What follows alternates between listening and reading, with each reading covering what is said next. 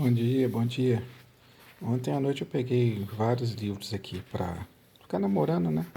Livros recentes que eu recebi, que eu gosto de ficar lendo partes soltas.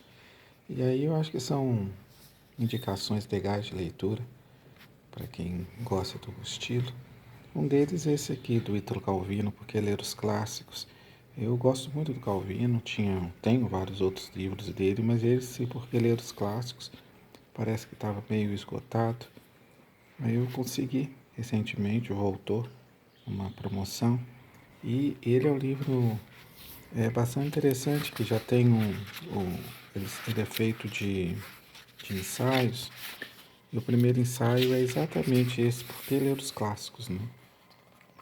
Mas se a gente for ver, há muitas outras pequenas, pequenos textos de Calvino onde ele visita diferentes clássicos, né? Diferentes livros, diferentes autores, alguns deles contemporâneos, né? Mas cuja obra a gente já pode considerar como sendo clássicas, né? E Calvino fala uma coisa interessante, né? Porque ele tenta desmontar a ideia de que clássico é inacessível, é difícil, né? Então, basicamente, ele sustenta a ideia de que o clássico é aquele livro que a gente nunca acaba de consultar. É que a gente está sempre relendo. Ele tem sempre algo a nos dizer. Né? Então aqui, inclusive, no finalzinho tem Borges, né? Hemingway,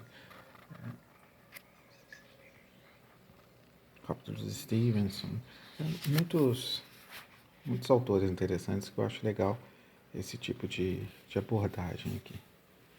Esse aqui também, aquele Calvino chegou ontem para mim. Esse aqui também chegou ontem, Na Vida Peculiar de um Carteiro Solitário. E é uma edição interessante, né? Porque eu não li, mas parece que ele é organizado dentro do haikai, né? Tipo poesia japonesa. E aqui o livro, ele vem como uma carta, né? E já tem um haikai aqui. O giro das ondas contra pedras rudes, o tempo corre em volteios. Eu vi esse livro indicado num, por Isabela, do Amor Literato, e, e, e ela pelo menos disse que é um livro bastante poético, né? Tem gente que acha poético demais, que o cara exagera, tá? Mas a gente tem que ver, né? A gente tem que ter os nossos próprios sabores, e inclusive o haikai é um tipo de construção literária que eu acho interessante, né? E que tem gente que gostou exatamente pela construção dessa forma desse livro.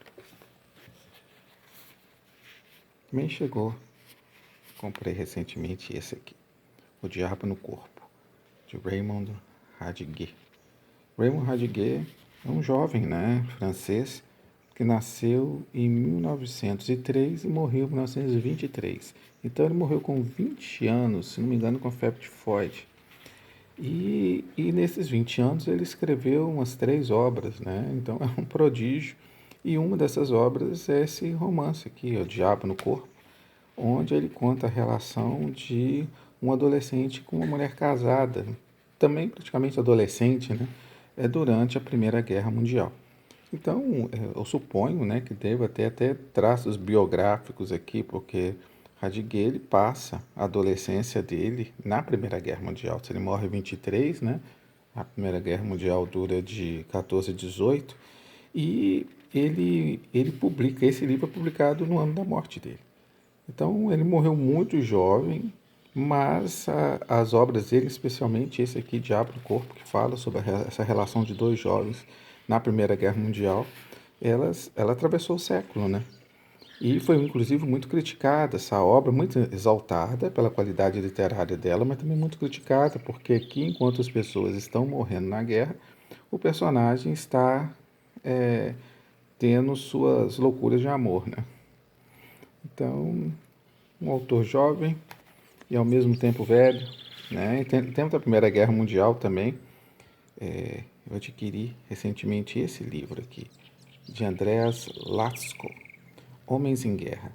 O Latsko, ele participou da Primeira Guerra Mundial, lutando pelo Império Austro-Húngaro, né? E esse livro aqui foi publicado anonimamente em 1917, e depois que descobriram que foi um soldado da guerra, o Latsko, que publicou esse livro aqui, foi censurado, né? Censurado exatamente porque ele denunciava alguns horrores da Primeira Guerra Mundial.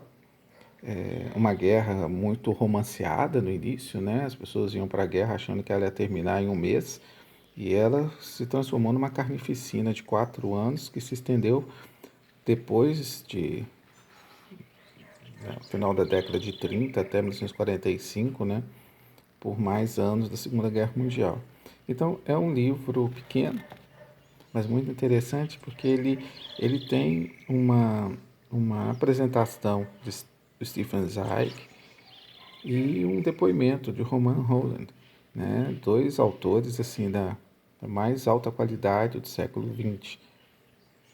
E esse livro é organizado em, em 6, se não me engano, pequenas histórias: a partida, batismo de fogo, o vencedor, companheiro, um diário, morte de um herói e a volta para casa, que são relatos verdadeiros vividos por Latsko durante a Primeira Guerra Mundial. Então, faz parceria aqui com O Diabo no Corpo, só que O Diabo no Corpo é um relato de um jovem que se aproveita das ausências na Primeira Guerra Mundial dos maridos para uma nova aventura, e aqui Latsko, de certa forma, fala que o marido da moça viveu, né? Aqui, Mário Vargas Llosa, Travessuras da Menina Má. Esse aqui eu peguei para ler. Eu tinha terminado Segredo, né, de Domênico Starnone. Aí eu peguei esse de Vargas Llosa para ler, que é um autor peruano, né, Prêmio Nobel de Literatura, e estava na minha estante, e Vargas Llosa, ele vale muito a pena a escrita desse autor. Eu comprei já tem um tempinho, né? Fevereiro de 2019. Mas assim, eu escolho o livro meio pelas sensações, sabe? Eu olho para ele olha para mim, a gente se entende. Às vezes a gente começa um encontro e se desentende, eu largo o livro do lado. Eu não sou tão disciplinado, não. Eu, eu leio pelos afetos que me tocam, né? E comecei ontem à noite, ou anteontem à noite, né? Eu comecei esse livro, mas vou devagarinho até ele ver se ele me captura. Ah, mas com certeza eu tenho fé que vai capturar. Aqui eu recebi, né? Eu comprei recentemente, recebi semana passada, é, a, uma trilogia do historiador Hobsbawm, acho que é assim que ele diz, né? E aqui são 3 livros, né? A Era das Revoluções, A Era do Capital e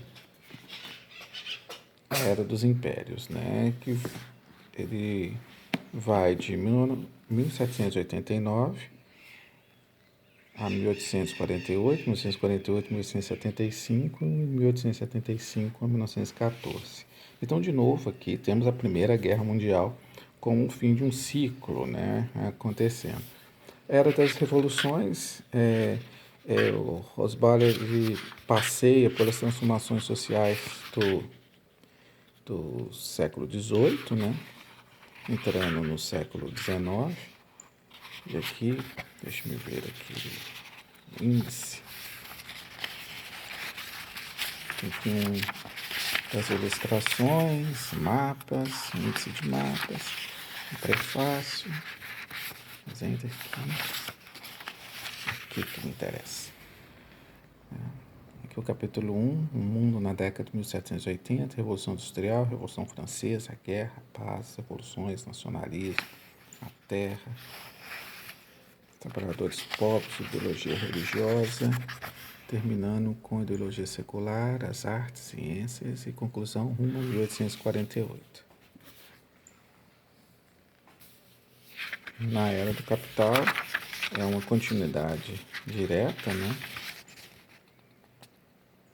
Primavera dos povos, a grande expansão, mundo unificado, conflitos e guerras, construção das nações, as forças da democracia, perdedores, vencedores, sociedade em processo de mudança, né? Terceira parte, no caminho, ciência, religião, ideologia. Então ele faz um apanhado, né? Obviamente europeia, né? Uma história europeia.